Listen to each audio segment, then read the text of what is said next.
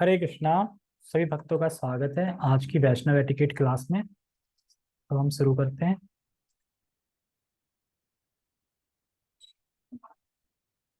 Okay, let's start. ओम अज्ञानतिमिरान्धस्य ज्ञानञ्जनशलाकया चक्षुरुन्मीलितं येन तस्मै श्रीगुरुवे नमः।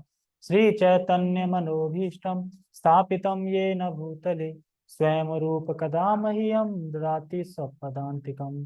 वन्देऽहं श्रीगुरो श्रीयुतापदकमलं श्रीगुरून् वैष्णवांश्च श्रीरूपं साग्रजातं सहगण रघुनाथं वितं तं सजीवम् साद्वैतं सावधूतं परिजन सहितं कृष्ण चैतन्य देवं श्री राधा कृष्ण पादान सहगण ललिता श्री विशाखांत विशांच।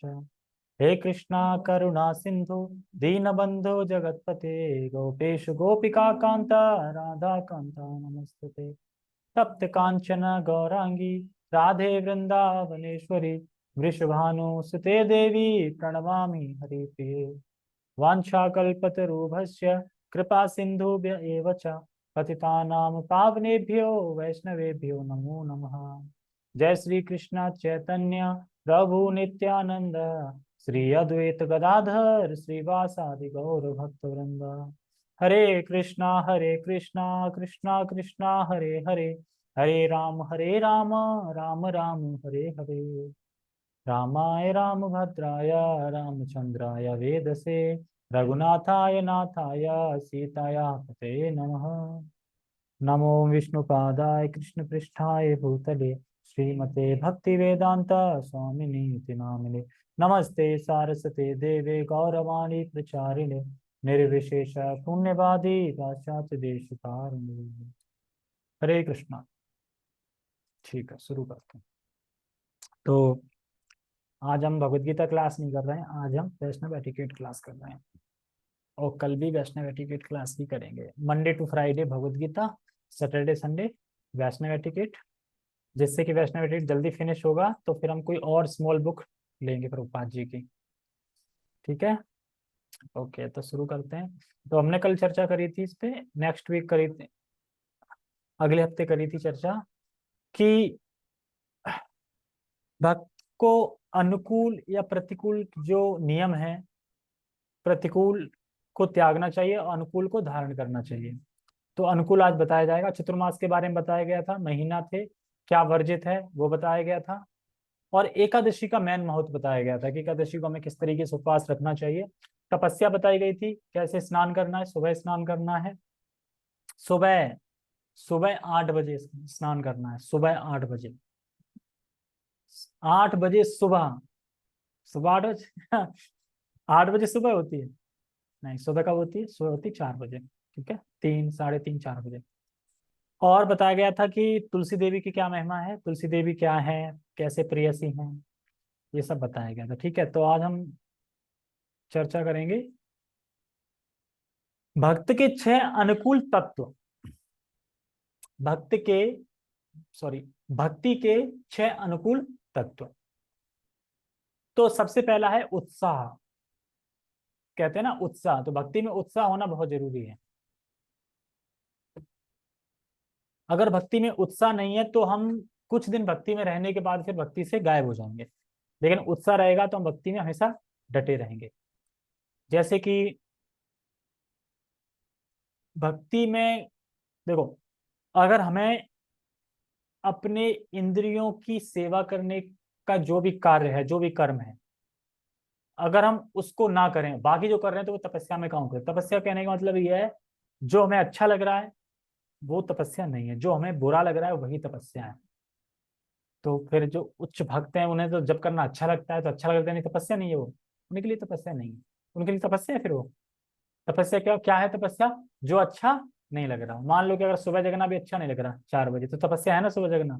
लेकिन जब सुबह जगना अच्छा लगने लगे 4 बजे, तो तपस्या मानी जाएगी? फिर तो वो नेचुरल है, तपस्या नहीं है फिर वो।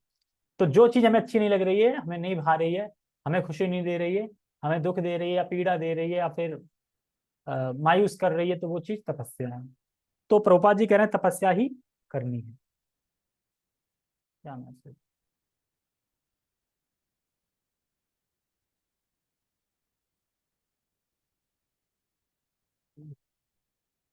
ओहो, टेलीग्राम कहाँ से खुल गया। ठीक है। तो अनुकूल तत्व, तो उत्साह होना, मतलब कि जैसे प्रभु जी ने बताया कि आज ऐसे ऐसे ना रथ यात्रा है, जाओ। तो दो कंडीशन होती है जाने की। एक तो ये है कि अब प्रभु जी ने बोला है तो जाना पड़ेगा। एक ही होता है कि अरे रथ यात्रा आ गई, बहुत बढ़िया, मुझे मौका मिल गया, मैं जाके वहां पे सेवा करूंगा, वो उत्साह हो गया। तो वो उत्साह होना बहुत जरूरी है। तो इसलिए पहली क्या है अनुकूल तत्व भक्ति में? उत्साह। दूसरा है निश्चय। निश्चय मतलब आत्मविश्वास के साथ प्रयत्न।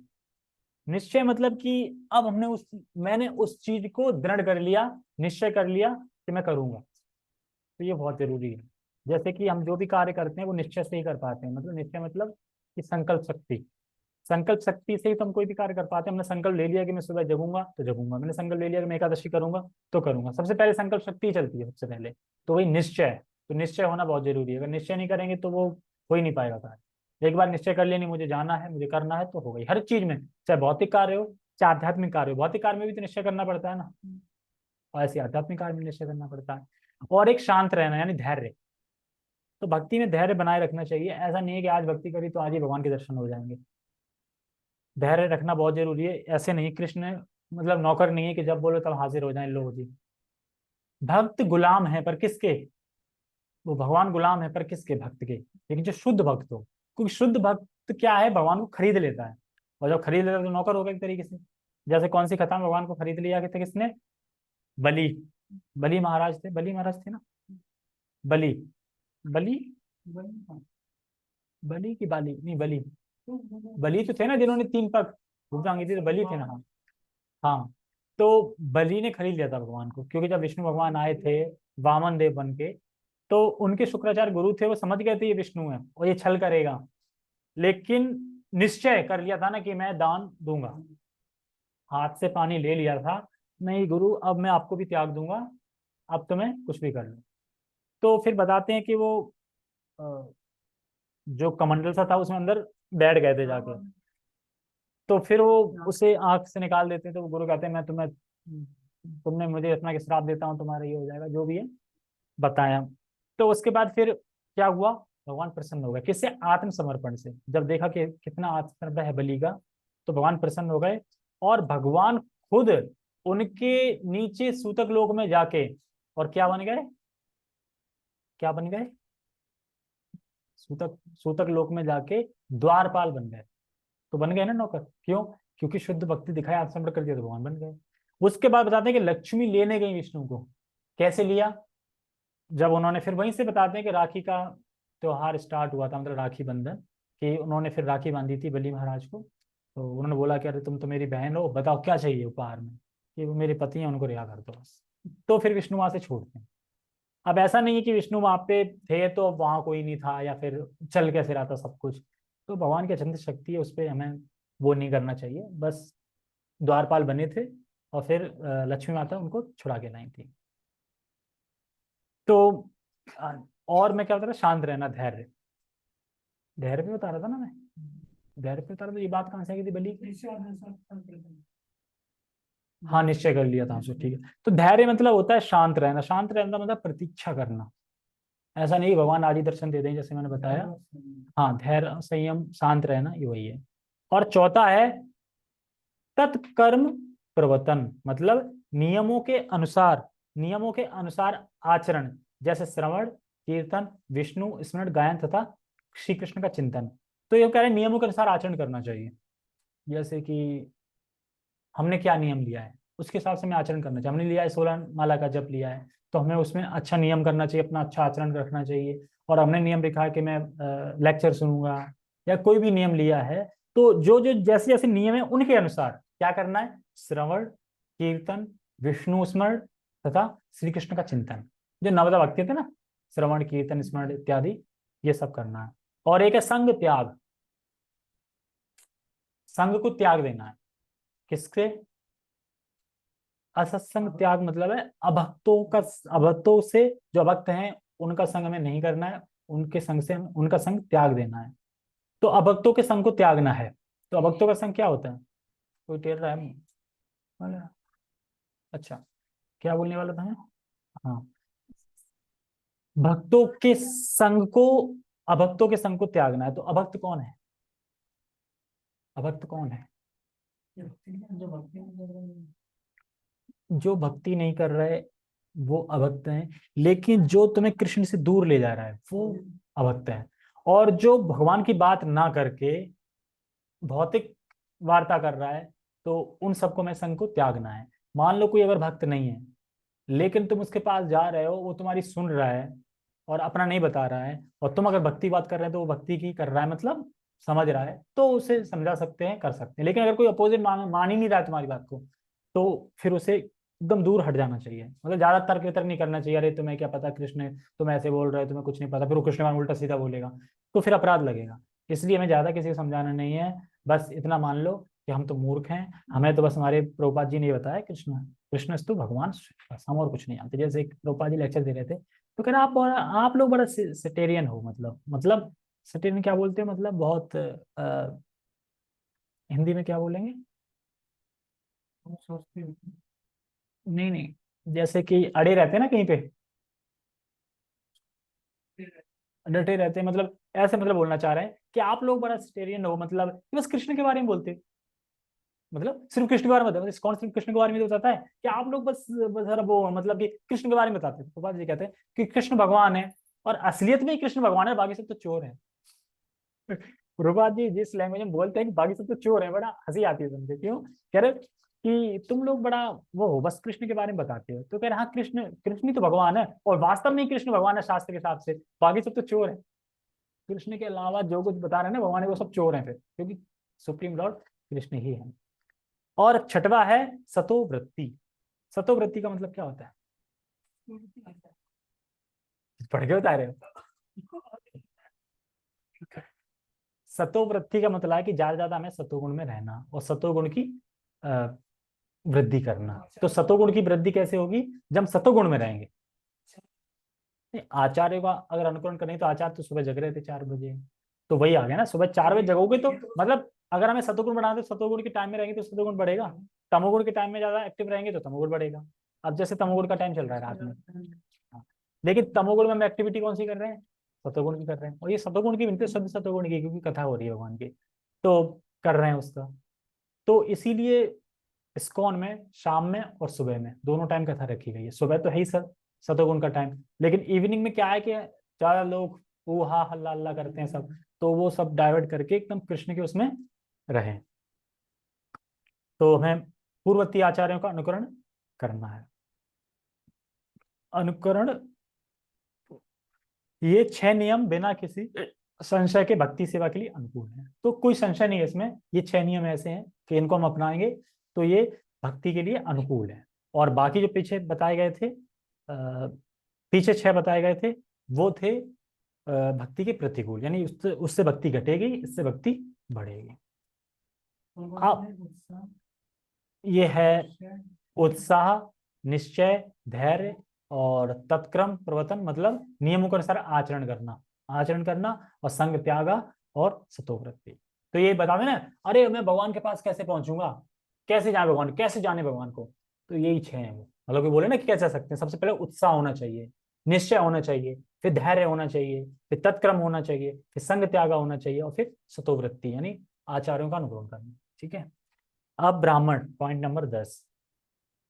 ब्राह्मण मतलब, ब्राह्मण जीवन का अर्थ है स्वच्छता का जीवन, जो स्वच्छता का जीवन जीता है, ब्राह्मण का अर्थ है। ब्राह्मण ने यदि सवेरे गायत्री ना की हो, क्यों ना की हो, तो उसे दोपहर में 2 बार गायत्री करनी चाहिए, तथा दोपहर में भी अगर ना की हो तो फिर एक बार नहीं करनी चाहिए।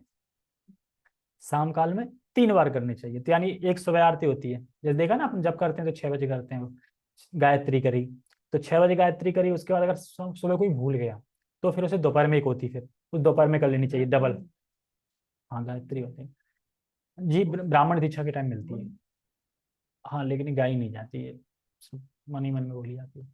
और मतलब उच्च स्वर में नहीं बोली जाती, मतलब किसी के सामने वैसे बोली जाती, पर वैसे तो रेडियो में चला देते हैं, कोई किसी में चला देते हैं, पता ही नहीं है उनको। ठीक है। तो 3 बार एक साथ गायत्री मंत्र जब करना चाहिए। ऐसा करना अत्यंत आवश्यक नहीं है और ना ही कोई ऐसा कठोर नियम है, यह व्यक्तिगत रूप से निर्भर करता है कि हम ऐसा करें या ना करें। मतलब ये कह रहा है कि ये गायत्री मंत्र जो जिन्होंने ब्राह्मण दीक्षा ली है उनके लिए तो करनी ही करनी है। बाकी ब्राह्मण दीक्षा मिल जाती तभी गायत्री मंत्र मिलता है, मतलब गायत्री मंत्र मिलता है एक तरीके से। हाँ, ऐसे नहीं बोल सकते, और ऐसा भी नहीं है कि इसमें बता रहे हैं, ब्रैकेट में दे रहे हैं कि अत्यंत आवश्यक नहीं है, क्योंकि अत्यंत सबसे भक्त के लिए सबसे तो क्या है, मेन हरे कृष्ण महामंत्र है। फिर भी नीचे लिख रहे हैं जिन्होंने ब्राह्मण दीक्षा ली है उन्हें बिना भूले तीनों समय गायत्री करना चाहिए। क्या बोल रहे हैं, बिना भूले। इसका मतलब प्रभुपाद जी ऊपर मुझे बोलना चाह रहे हैं कि जो ब्राह्मण है उसकी बोल रहे हैं। जो ब्राह्मण दीक्षा जिसने ले ली है उसके लिए तो कंपलसरी है, गायत्री करनी ही चाहिए और करनी ही है बिना भूले। जो सिर्फ ब्राह्मण दीक्षा नहीं ली, सिर्फ ब्राह्मण है, उसे अगर वो सुबह नहीं कर पाई तो दोपहर में कर ले, दोपहर नहीं कर पाई तो रात में कर ले, और रात में भी ना कर पाई तो इतना कोई अत्यंत आवश्यक नहीं है उसका। समझ गया। ये जो ब्राह्मण है जन्म से ही, ब्राह्मण रूल भी फॉलो कर रहा है लेकिन ब्राह्मण दीक्षा नहीं ली है उसने भी, तो वो उसके लिए। और नीचे जो ब्राह्मण दीक्षा ली है उसे तो करनी ही चाहिए। विग्रह सेवा के नियमों का पालन तथा अभ्यास करते रहना चाहिए। देखो, विग्रह विग्रह जो विग्रह सेवा है उनके नियम है उनका पालन तथा अभ्यास करते रहना चाहिए, क्योंकि अगर ब्राह्मण बनते हैं दीक्षा ले लिए तो हो सकता है मंदिर में अगर ये सेवा मिल जाए कि विग्रह सेवा की, तो इसलिए हमें इसका अभ्यास करते रहना चाहिए। विग्रह सेवा तो घर में कर ही रहे ना, नहला रहे हैं, थोड़ा बहुत तो पता है ना कि सुबह नहलाना चाहिए, ऐसे भोग लगाना चाहिए, मंत्र पढ़ना चाहिए, इस तरीके से। अब सबसे इम्पोर्टेंट वो पॉइंट है, पॉइंट नंबर 11, जो कि हम हमेशा बर्बाद करते हैं। क्या भैया तो आ गए थे जूम पे? अच्छा ठीक है। समय का महत्व, ये बहुत जरूरी है। हम समय ऐसे ही छोड़ देते हैं ना, 1 मिनट, आधा घंटा, 2 मिनट ऐसे, जैसे कि अभी तो चलो बात अलग है, जब पहले कृष्ण भावना भावित में नहीं आए थे तो कहीं जाते थे लेकिन वहां पे टाइम पास नहीं हो रहा होता तो कैसे करते थे, मोबाइल में पिक्चर देख के, ये ऐसे ही करते थे ना, मूवी डाउनलोड करके ले जाते थे कि संडे सैटरडे जा रहे हैं तो ट्रेन में बैठ के मूवी देखेंगे, यही आता ना। तो हम कितना समय खराब करते थे, बर्बाद करते थे समय एक तरीके से, गप्पे लड़ाने में, बाहर बैठने में, गाँव में जैसे देखा ना बाहर पंचायत सी बैठ जाती थी, तो कितना समय बर्बाद हो, जबकि पता है समय कितना अनमोल है। सबसे ज्यादा समय ही अनमोल है ना, कि सब कुछ समय से ही होता है। तो इसीलिए कह रहे हैं कृपया याद रखें, मनुष्य जीवन का प्रत्येक क्षण अनमोल है, अतः एक भी क्षण व्यर्थ न जाने दें। एक भी क्षण, यानी एक सेकंड भी व्यर्थ न जाने दें। एक सेकंड भी कुछ ऐसा करें कि जो कृष्ण भावना से जुड़ी हो, यानी 24 आवर्स हो गया ना। मान लो अगर हर एक सेकंड अपन कुछ ना कुछ ऐसा कर रहे हैं जो कृष्ण भावना से जुड़ी है, तो वो तो 24 घंटे हो गई फिर, खाली सोना छोड़ के। और सोना भी क्या सोच के सो रहे हो, सुबह जल्दी जगना है, सुबह जल्दी जगना है, मंगला आरती करनी है, जप करना है, स्नान करना है, तो वो भी कृष्ण भावनावित हो गया। लेकिन हर क्षण क्या मतलब कर रहे हैं हम, कृष्ण से जुड़ा होना चाहिए, तो 24 आवर्स, पर हम ऐसा नहीं कर पा रहे हैं। हमें प्रत्येक क्षण ये देखने का प्रयास करना चाहिए कि क्या हमने स्वयं को जितना अधिक से अधिक संभव हो सका भगवान की भक्ति में सेवा में संलग्न किया है अथवा नहीं। और हमें ये प्रत्येक क्षण देखना भी चाहिए, जैसे कि अभी आधा घंटा निकला तो आधे घंटे में देखो कि आज मैंने आधे घंटे में क्या किया, क्या उस आधे घंटे में मैंने स्वयं को कितना मतलब भगवान के लिए कितना टाइम दिया, मैंने भगवान को कितना याद किया, कितना भगवान के लिए टाइम दिया, ये एनालाइज करना चाहिए। हमें जो समय रूपी महान वरदान मिला है उसे व्यर्थ नहीं गवाना चाहिए। समय रूपी महान वरदान ये, क्योंकि समय किसी के बस में नहीं है, समय तो निकलना ही निकलना है, चाहे दुख में निकले चाहे सुख में निकले। क्योंकि कहते हैं ना, भागवत में एक श्लोक है ना कि आयु हरति वह पुंसा, पुंसा मतलब मनुष्यों की आयु हर ही रहा है। कौन कैसे हर रहा है, सूर्य अस्त और उदय, अस्त उदय, अस्त उदय, ये हो रहा ना, ये आयु हर रहा है। उदय उदय हो गया, अस्त हो गया, तो ये आयु हर रहा है ऐसे करके। क्योंकि वैसे तो ये कैलेंडर में तो बाद में आया है, लेकिन सूर्य तो आयु हर रहा है ना, क्योंकि दिन रात कैसे हो रही, सूर्य की वजह से हो रही है। सूर्य उदय हो गया तो दिन हो गया, सूर्य अस्त हो गया तो रात हो गई, तो कौन हर रहा है आयु, सूर्य। लेकिन जो भक्ति कर रहा है उसकी आयु नहीं हर रहा है। ये भागवतम का बहुत अच्छा श्लोक है, आयु हर वैपुंसा। हाँ, खत्म बता रहे थे। हाँ, तो वही भागवतम से ही तो है ये। तो ये श्लोक बहुत अच्छा है कि इसमें बता रहे हैं कि जो भक्ति नहीं कर रहा है, भगवान के प्रति उन्मुख नहीं है, उसकी आयु हर रहा है। कि हम बूढ़े हो रहे हैं, भक्त बूढ़े हो रहे हैं, भक्त तो बूढ़े दिखाई दे रहे हैं, तो उसमें बता रहे थे कि किस तरीके से आयु नहीं हर। ठीक है, तो ये समझना चाहिए। ठीक है, तो भाग 6 आ गया, भाग 5 खत्म हो गया। अभी तुमने बहुत रखा, 40 पेज, यानी 20 24 पेज और है। ये है क्या, ये वैष्णव एटिकेट है। वैष्णव एटिकेट मतलब वैष्णव सदाचार, कि एक वैष्णव की सदाचार क्या होना चाहिए, कैसा आचरण होना चाहिए, क्या क्या करना चाहिए, रूल अभी सारे आएंगे भी इसमें, रस्तों का आएगा, किचन चल ही रहा है ना कि किचन कैसे करना चाहिए, भगवान भोग कैसे लगाना चाहिए, मतलब नॉर्मल वैष्णव एटिकेट। वैष्णव एटिकेट से ही तो हम भक्त बन पाएंगे ना, सीख पाएंगे ना करना क्या है, धोती कुर्ता क्या पहनना है, कैसे पहनना है, सब कुछ वैष्णव एटिकेट इसी में। भाग 6 अब यात्रा के बारे में, कि जब हम यात्रा कर रहे हैं तो यात्रा में कैसे क्या होना चाहिए। 58 हो गए, 8:55 से करेंगे, 8:55। ये बस एक पॉइंट पढ़ दूं, बहुत ज्यादा, चलो फिर रहने दो, कोई नहीं। फिर हम यात्रा को कल, कल करेंगे यात्रा को, ठीक है। ये भाग 6 है ना, फिर यात्रा को कल ही करेंगे, यात्रा को कल पूरा कर देंगे। कल कितना बड़ा है, हाँ काफी है, यात्रा का पूरा कर देंगे, पद यात्रा तक छोड़ देंगे। रथ यात्रा आज थी रेड फोर्ट में, तो चले जाते टाइम मिलता तो। शायद रेड फोर्ट पहुंच गए। चलो ठीक है, ओके, हरे कृष्णा। तो हम अब क्या बोलते हैं, दामोदर पढ़ेंगे। जो पढ़ना चाहे वो पढ़ सकता है, जो जाना चाहे वो भाग सकता है। श्री श्री दामोदर भगवान की जय। नमामीश्वरं सच्चिदानन्दरूपम् लसत्कुण्डलं गोकुले विराजमानम् यशोदाभियोलुकलादवमानम् परामृष्टमत्यं ततो दुग्धगोप्यम् रुदन्तं मुहुर्नेत्रयुग्मं व्रजन्तम् कराम्भोजयुग्मेन शान्तकनेत्रम् मुहुश्वासकान्तात्रिरेकान्तकान्ता चित्राग्रवदामोदरं भक्तिपदम् इति द्रक्ष्वलीलाभिरानन्दकुण्डे स्वघोषं निमज्जन्तमख्यपयन्तम् तदीयेषु भक्तिर्जितत्वं पुनः प्रेमतस्तं शताब्दी वन्दे वरं देवमोक्षं न मोक्षं वदिं वा न चान्यं व्रणेऽहं वर्षादपि इदं देव पूर्णात् गोपालबालम् सदा मे मनस्या विरसं विमन्दे इदं ते मुखाम्बोजात्यन्तनीले व्रतं कुन्तले स्निग्धतीक्ष्ण च गोप्या मुहुष्युं वितम्बेम्ब रक्तधरं मे मनस्या विरासं गं लक्षलाभे नमो देव दामोदरानन्त विष्णु प्रसीद प्रभो दुःख दलाभिघ्नम् कृपा दृष्टिवृष्ट्यातिदीनं गतानु ग्रहाणेश मामगनिर्दिशिदश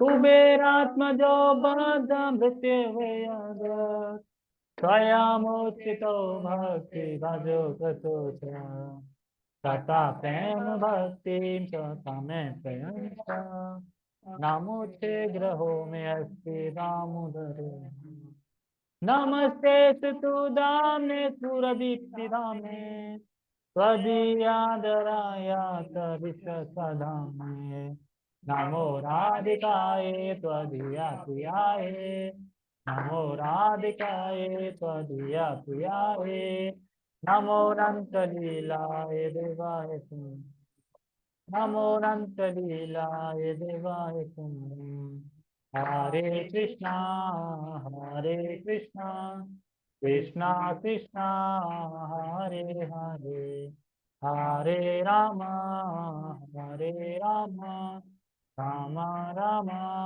हरे हरे हरे कृष्णा कृष्णा कृष्णा हरे हरे हरे राम राम राम हरे हरे हरे कृष्णा कृष्णा कृष्णा हरे हरे हरे राम राम राम हरे हरे। श्री दामोदर भगवान की जय। जगत गुरु शील प्रभुपाद की जय। नित्य नित्य गौर प्रेमानंदे। हरि हरि बोल। हरे कृष्णा। ओके, सभी का बहुत बहुत धन्यवाद। हरे कृष्णा।